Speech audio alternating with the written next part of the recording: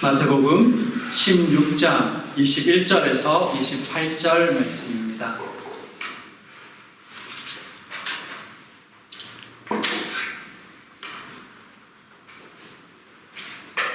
말씀 찾으셨으면 우리 말씀 교독하겠습니다. 21절 제가 먼저 읽습니다. 이때로부터 예수 그리스도께서 자기가 예루살렘에 올라가 장로들과 대제사장들과 서기관들에게 많은 고난을 받고 죽임을 당하고 제3일에 살아나야 할 것을 제자들에게 비로소 나타내시니 베드로가 예수를 들고 한편하였는데 주여 돌이카옵소서 이 일이 결코 주께 미치지 아니하리이다. 예수께서 돌이키시며 베드로에게 이르시되 사탄아 내 뒤로 물러가라 너는 나를 넘어지게 하는 자로다. 네가 하나님의 일을 생각하지 아니하고 도리어 사람의 일을 생각하는도다 하시고 이에 예수께서 제자들에게 이르시되 누구든지 나를 따라오려거든 자기를 부인하고 자기 십자가를 지고 나를 따를 것인가. 누구든지 제 목숨을 구원하고자 하면 잃을 것이요 누구든지 나를 위하여 제 목숨을 잃으면 찾으리라. 사람이 많은 천하를 얻고도 제 목숨을 잃으면 무엇이 유익하리요. 사람이 무엇을 주고 제 목숨을 아끼겠느냐. 인자가 아버지의 영광으로 그 천사들과 함께 오리니 그때 각 사람이 행한 대로 갚으리라. 진실로 이르노니 여기 서 있는 사람 중에 죽기 전에 인자가 그 왕권을 가지고 오는 것을 볼 자들도 있으리라. 아멘. 반갑습니다. 모두 한 주 잘 지내셨습니까? 한 주 안 봤는데 되게 오랜만에 보는 것 같습니다. 주중에 지난 주일 교회에서 설교한 말씀을 저는 인터넷으로 따로 들었습니다. 말씀을 듣는데 정말 오랜만에 바짝 긴장하며 말씀을 들었습니다. 갑자기 훅 들어오는 이 듣기 평가에 집중하지 않으면 내용이 이해되지 않을 것 같아서 정말 정신 차리고 들었던 시간이었습니다. 갑자기 영어가 툭 나오니까 순간 어떻게 해야 될지 잘 모르겠더라고요. 네. 나름 참 뭐라고 할까요? 재밌다고 표현하기는 그렇지만 또 새로운 시간이었습니다. 모두에게도 지난주일 말씀이 그러하지 않았을까 하는 생각을 해봅니다. 오늘 말씀은 베드로의 신앙 고백이 있고 난 뒤에 예수님의 순환 예고에 대한 말씀입니다. 오늘 본문의 말씀 또한 몇 가지 견해가 있는 본문입니다. 오늘 말씀을 통해서 본문을 이해하며 또 깨닫게 해주시는 그 부분들을 잘 붙들고 한 주를 살아갈 수 있는 이 시간 되기를 바랍니다. 첫째, 하나님의 일, 사람의 일. 21절은 이때로부터라는 말로 시작합니다. 이때란 앞에 나오는 그 베드로의 신앙 고백과 그에 대한 예수님의 칭찬의 말씀이 있으신 그 때를 의미합니다. 이 신앙 고백과 말씀이 있고 난 후에야 비로소 예수님께서 많은 고난을 받으시고 죽으실 것과 3일 만에 다시 살아나실 것을 처음으로 예고하신 것입니다. 베드로의 신앙 고백은 주는 그리스도시요 살아계신 하나님의 아들입니다 라는 고백입니다. 하나님께서 알게 하신 예수님에 대한 바른 고백, 구원자이시면서 또한 신성을 지니신 영원한 하나님의 아들이라는 이 고백, 이 고백을 들으시고야 예수님께서 드디어 하나님의 구원 계획, 예수님께서 행하실 구원의 실제 과정과 사건들을 제자들에게 말씀해 주신 것입니다. 그게 오늘 본문입니다. 사실 예수님의 순환 예고는 믿음이 없는 자들이 도저히 감당할 수 없는 듣기도 두려운 말씀이었습니다. 실제로 제자들은 이 말씀을 듣고도 묻기조차 두려워했다는 말씀이 마가복음에 나옵니다. 이게 무슨 뜻인가요? 라고 도저히 물어볼 수 없는 겁니다. 왜냐하면 자신들은 이 부분에 대해서 한 번도 생각해 본 적이 없거든요. 예수 그리스도가 메시아고 왕이다라는 것은 믿었지만 그게 어떻게 될지에 대해서는 생각해 보지 않았던 것입니다. 근데 뜬금없이 고난받으신다, 죽으신다, 부활하신다. 그 사실을 아는 것조차, 듣는 것조차 버거웠던 것입니다. 하지만 이 진실은 신앙 고백이 있는 그들이 알아야 될 사실이기도 했습니다. 언젠가는 그들이 감당해야 할 진실이기에 처음엔 듣기 힘들어해도 말씀해 주시는 것입니다.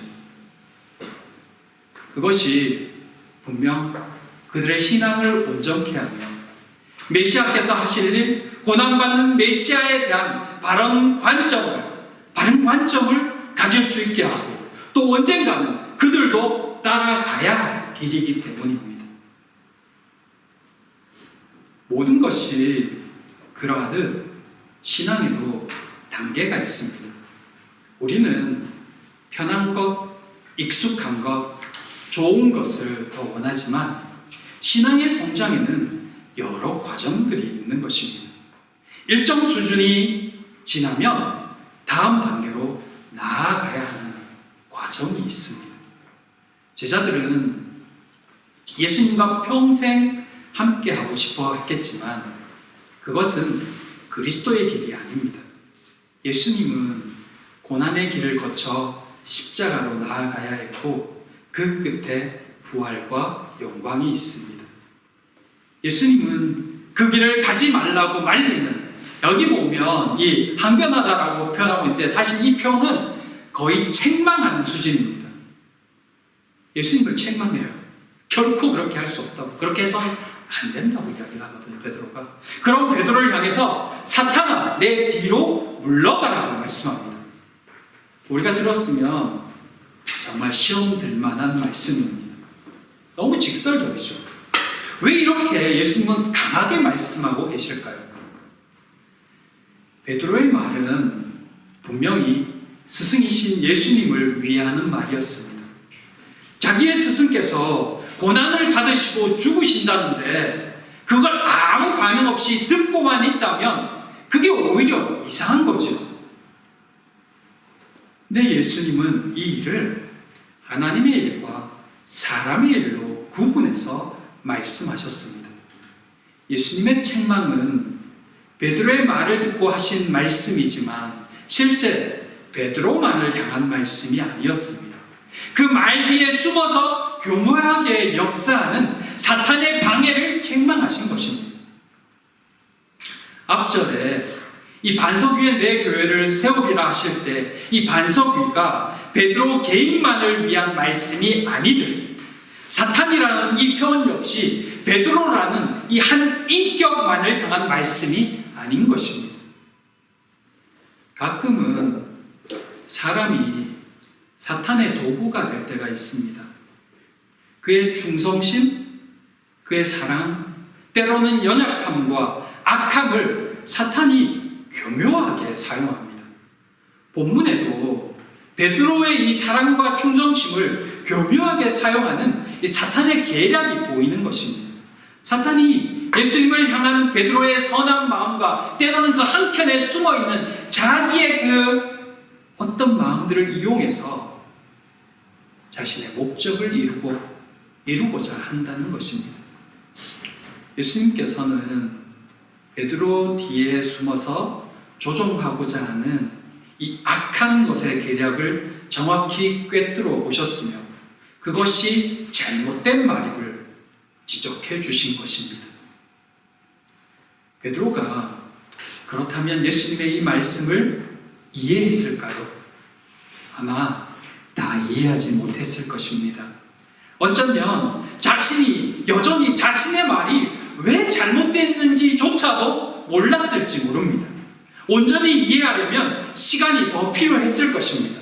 그럼에도 예수님은 베드로가 언젠가 깨닫게 될 날을 생각하시며 베드로의 말이 어떤 의미인지 정확히 가르쳐 주셨습니다.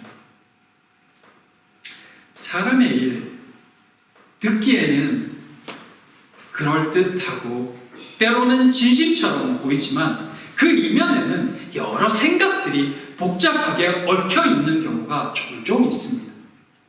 사실 베드로 역시 스승을 향한 진실된 마음이면서 한편으로는 구원자이신 메시아가 그렇게 허무하게 죽어서는 안 된다는 생각, 그렇게 되면 자신들의 기대가 이루어지지 않는다는 숨겨진 욕심, 이런 생각들이 내면에 깔려 있었던 것입니다. 예수님은 고난을 말씀하시지만 베드로는 고난 없는 영광을 바라보는 것입니다. 사랑하는 성도 여러분, 하나님의 일과 사람의 일의 기준이 무엇일까요? 겉으로는 비슷한 모양을 가질 수 있습니다. 하지만 누구의 영광인가는 분명한 차이가 있습니다. 누구를 위한 일인가요? 누구에게 영광이 있습니까? 무엇 때문에 하려고 합니까? 무엇 때문에 피하고자 합니까? 하나님의 마음을 먼저 생각하는 우리가 되기를 바랍니다. 사람의 일, 하나님의 일, 어쩌면 분간하기 어렵지만 그러나 우리에게 분명한 기준은 있어야 합니다. 그 순간 내가 분별력이 잘 없어서 구분하지 못한다 할지라도 내 중심에는 하나님의 일이 우선이라는 분명한 생각은 가지고 있어야 되는 것입니다. 그러면 언젠가 깨닫게 해주시는 날이 있습니다. 그런데 그 생각마저 흐릿하면 알려주셔도 알 수가 없습니다. 그래서 내 중심을 지키는 것이 정말 중요합니다. 바라기는 사랑하는 우리 모든 성도님들이 하나님의 일을 우선에 두는 그런 모두가 되기를 바랍니다. 둘째, 자기를 부인하고 자기 십자가를 지라. 예수님은 하나님의 일을 생각하는 자가 되기 위해서 어떻게 해야 할지를 좀 더 구체적으로 말씀해 주고 계십니다. 누구든지 나를 따라오려거든 자기를 부인하고 자기 십자가를 지고 나를 따를 것이니라. 자기를 부인한다라는 것이 어떤 것일까요? 위의 말씀을 따르면 사람의 일을 생각하는 것을 내려놓는 것입니다. 세상에 살면서 어떻게 일상에서 일어나는 일들을 생각하지 않으며 살 수 있을까요? 사람이 세상에 살면서 사람들의 일을 생각하지 않으며 살아간다는 것은 어디 수도원이나 산속에 들어가지 않는 한은 거의 불가능한 일처럼 느껴질 것입니다.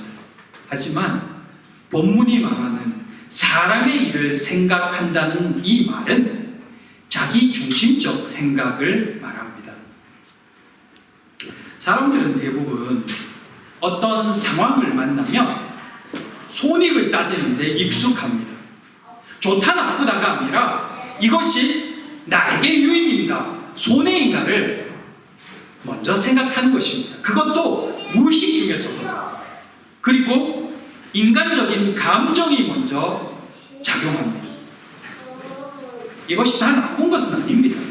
감정이란 인간의 본성이자 살아있음의 증거이기 때문입니다.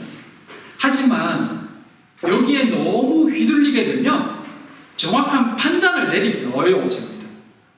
감정이 이성을 앞지르게 되고 판단력을 흐리게 만들기 때문입니다. 자기 부인이란 이런 인간적인 판단과 감정을 내려놓아야 한다는 것입니다. 그럼 어떻게 이것이 가능할까요? 내 인생의 주도권을 주님께 내어놓는 것입니다. 내가 내 삶을 이끌어 간다는 생각을 내려놓고 감정과 내 판단이 아닌 말씀을 따르는 것입니다. 말씀에 우선순위를 두는 것입니다. 말씀에 우선순위를 둔다는 것, 날마다 말씀이 생각나지 않는데 어떻게 해야 하나요? 말씀을 따르겠다는 의지를 가지는 겁니다. 주께서 내게 말씀을 주실 때, 깨달음을 주실 때, 그 어떤 상황 속에서도 이것에 먼저 순종하겠다라고 작정하는 것입니다. 내 의지는 거기에 순종하고 내 삶은 그것을 따라가는 거죠. 그렇게 우선순위를 둘 때 비로소 십자가를 지는 삶이 가능해집니다. 분명 십자가는 사용 도구입니다. 십자가를 지고 가는 길은 죽으러 가는 길입니다. 하지만 오해 말아야 할 것은 그것이 삶의 고난이나 피할 수 없는 불행을 견뎌내는 것을 의미하지 않는다는 것입니다. 시어머니, 시가족, 직장 상사, 나를 힘들게 하는 것이 나의 십자가가 아니라는 것입니다. 본문이 예수님을 따르려고 하면 자기를 부인하고 자기 십자가를 지고 따라야 한다는 이 순서는 그냥 있는 표현이 아닙니다. 자기 부인은 나의 주권을 온전히 주님께 드리는 것입니다. 더 이상 내 삶의 주인이 내가 아니라 주님임을 인정하는 것입니다. 자기 십자가를 지는 삶은 자기 부인의 삶을 계속해서 살아가는 것입니다. 갑자기 어떤 고난을 이겨내고 어떤 힘듦을 이겨내는 게 십자가를 지는 삶이 아니라 날마다 나를 부인하는 삶, 그것을 계속해서 살아가는 삶이 곧 십자가를 지는 삶이라는 것입니다. 주께 나의 삶의 주도권을 내어놓는 삶이 계속해서 이어지는 것, 그것이 바로 자기 십자가를 지는 길입니다. 예수님의 발자취를 따라가는 삶입니다. 그렇게 우리는 점점 죽고 내 안에 예수께서 사시는 것입니다. 그렇게 될 때 세상이 흔히 말하는, 사람들이 흔히 오해하는 나를 힘들게 하는 것들이 오히려 점점 견딜만해지고 점점 가벼워집니다. 왜냐하면 주권 이안이 이루어지기 때문입니다. 내 삶의 주도권이 주께로 넘어가기 때문입니다. 내 힘으로 억지로 참는 것이 아니라 성령께서 주시는 힘과 인도하심을 따라 반응하며 살아가기 때문입니다. 사랑하는 성도 여러분, 이 말씀을 꼭 기억하기 바랍니다. 어떤 이에게는 그저 원론적인 이야기로 들릴지도 모릅니다. 하지만 이것이 사실입니다. 나를 내려놓고 내 생각과 내 판단을 점점 내려놓고 말씀을 따라 살겠다고 결심하며 내 안에 주시는 말씀들을 따라 순종하면서 그렇게 내 안에 예수께서 살기 시작하면, 성령께서 나를 이끌어가기 시작하면, 그렇게 내가 죽는 삶이 계속되면 내 내면의 반응이 달라지고 관계를 바라보는 내 시각도 달라집니다. 그렇게 자기 십자가를 지고 주님을 따라가는 것입니다. 그것이 결과적으로 자기 생명을 찾는 길이라고 말씀합니다. 이 말씀을 하시는 것이 오늘 본문 25절에서 27절입니다. 누구든지 제 목숨을 구원하고자 하면 잃을 것이요, 누구든지 나를 위하여 제 목숨을 잃으면 찾으리라. 제 목숨을 구원하고자 한다는 것은 곧 자기 힘으로 자기의 생명을 지키려고 하는 행위입니다. 내 인생의 주인은 나야.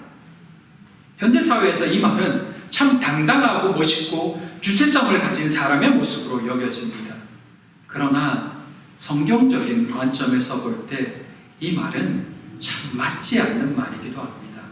성경은 인생의 참 주인이 창조자 하나님이라고 말하고 있기 때문입니다.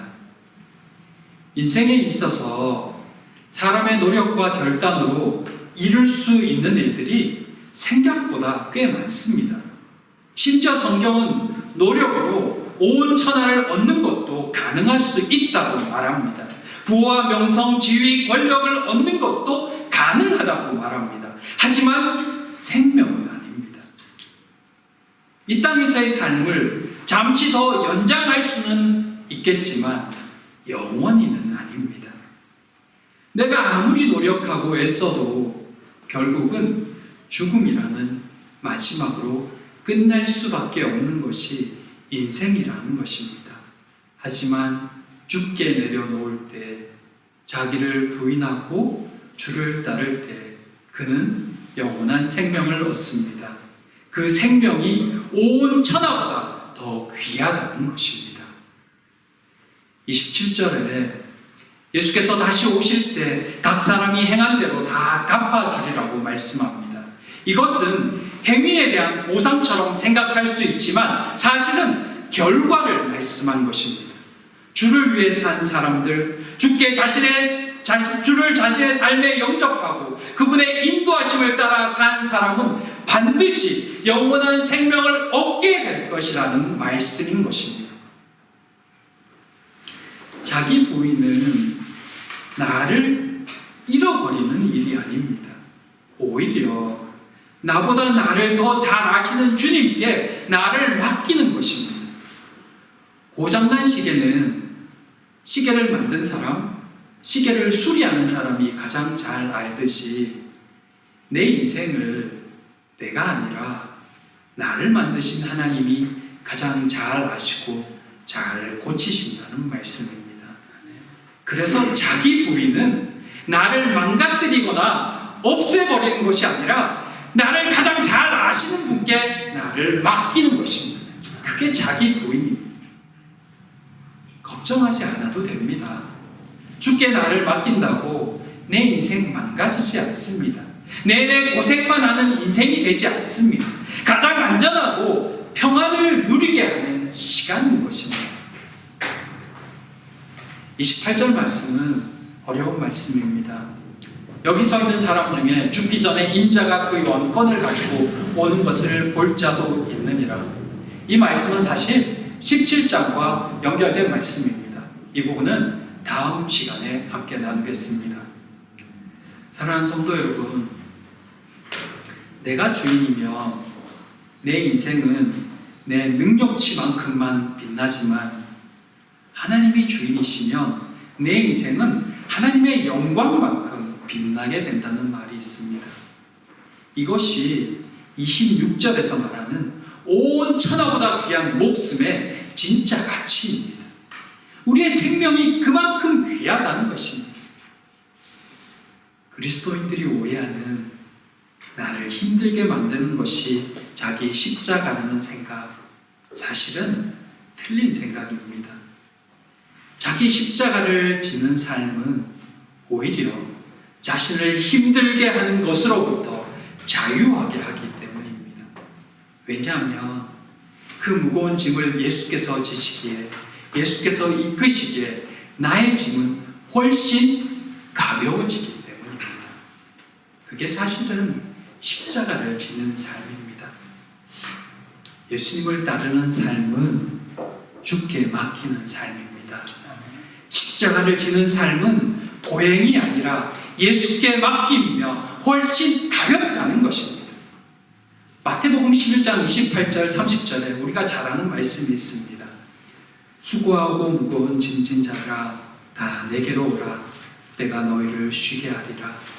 나는 마음이 온유하고 겸손하니 나의 멍에를 메고 내게 배우라. 그리하면 너희 마음이 쉼을 얻으리니 이는 내 멍에는 쉽고 내 짐은 가벼움이라 하시니라. 이것이 바로 십자가를 지고 예수님을 따르는 삶의 실체입니다. 십자가를 지는 삶은 주께 맡긴 삶이며 쉽고 가벼운 짐을 지는 삶입니다. 이렇게 예수님을 따르는 모두가 되기를 축복합니다. 무거운 짐을 내가 기어코 지고자 했던 그 짐을 내려놓고 가벼운 짐을 지십시오. 주께서 맡기신 내 십자가, 주님을 따르는 삶, 그것을 지고 나머지는 주께 내려놓으면 훨씬 가볍고 평안합니다. 훨씬 덜 힘듭니다. 왜 눈물로 맨날 그 짐을 내가 지겠다고 억지를 부르며 하나님 앞에 하소연합니까? 주께 맡겼으면 그냥 다시 찾아오지 마십시오. 그건 주님이 알아서 할 일입니다. 나는 주님을 따라가면 됩니다. 주시는 주께서 주신 그 마음에 순종하며 하루하루 살아가면 됩니다. 자식도 내 짐이 아닙니다. 주의 자녀입니다. 맡기시고 내가 할 수 있는 일을 하면 됩니다. 걱정, 근심, 내가 다 감당하지도 못할 것 내려놓고 주께서 내게 주신 그 사랑을 베풀고 사랑하고 할 수 있는 것 하며 기도해 주면 됩니다. 그게 내 짐입니다. 더 이상 주님의 짐마저 지려고 하지 마십시오. 그렇게 자기 십자가를 지고 오늘을 살아가는 우리 귀한 성도님들 되기를 진심으로 축복하고 또 기도합니다. 우리 시간 잠시 같이 기도했으면 좋겠습니다. 주께 내 마음의 짐을 내려놓습니다. 주께서 내게 말씀하신 그 십자가만, 그 짐만 지고 가기를 원합니다. 주여 내게 평안을 허락하시고 기쁨을 허락하시고 감사를 허락하여 주시옵소서. 이 시간 기도 제목이 있을 겁니다. 우리 주께 내려놓읍시다. 주님, 내가 기도하는 것이 있습니다. 긍휼히 여겨주시옵소서. 은혜를 베풀어 주시옵소서. 이 시간 기도하며 주께 나아가도록 하겠습니다. 기도합니다.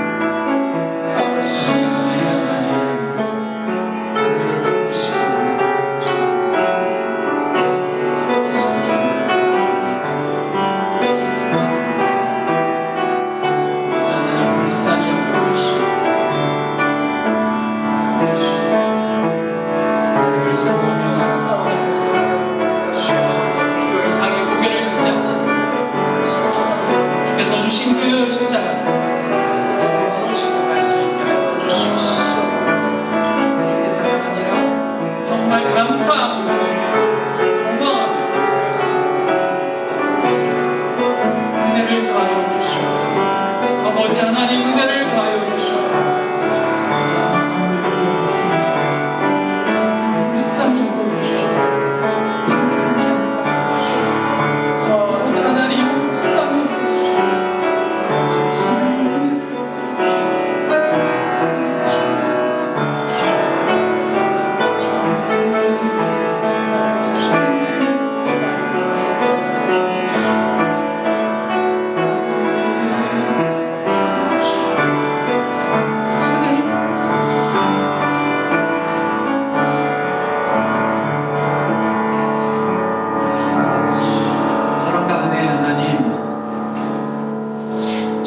부인하고 자기 십자가를 지고 예수님을 따르라는 말씀, 이것이 결코 고통을 강요하고 고난을 요구하는 힘든 명령이 아님을 깨닫습니다. 무거운 짐은 주께서 지시며 우리에게는 그저 주께 내려놓는 훈련을 하라는 말씀임을 다시 한번 기억합니다. 이런 삶을 사는 저희가 되기를 소망하오니 주여 우리의 온전한 주인이 되어 주시옵소서. 사랑하는 모든 평안의 가정들 위해 이런 은혜가 풍성하기를 소망하오며 예수님 이름으로 기도드립니다. 아멘. 아멘.